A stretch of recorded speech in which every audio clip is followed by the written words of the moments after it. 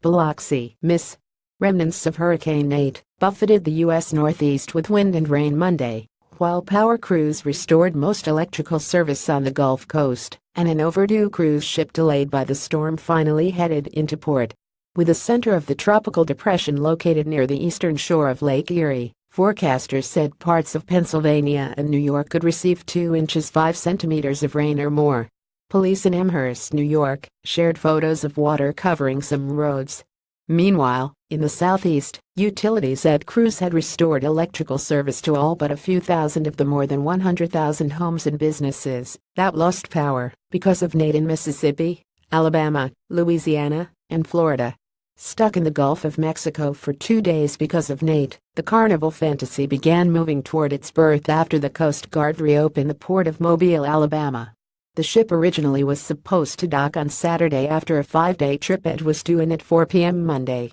Some passengers complained about the unscheduled delay on social media, but Carnival spokeswoman Christine de la Huerta said the ship had plenty of provisions and would return when able.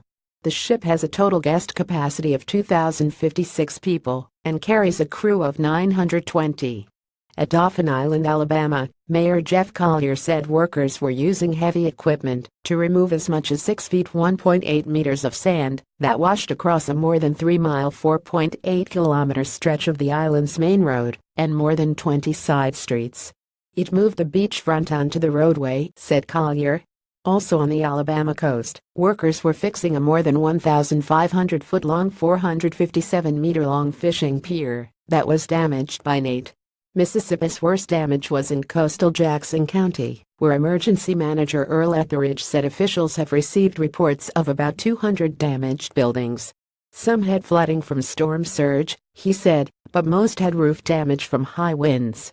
County and state officials also are investigating barrels and large containers that washed ashore and may be holding hazardous chemicals, he said.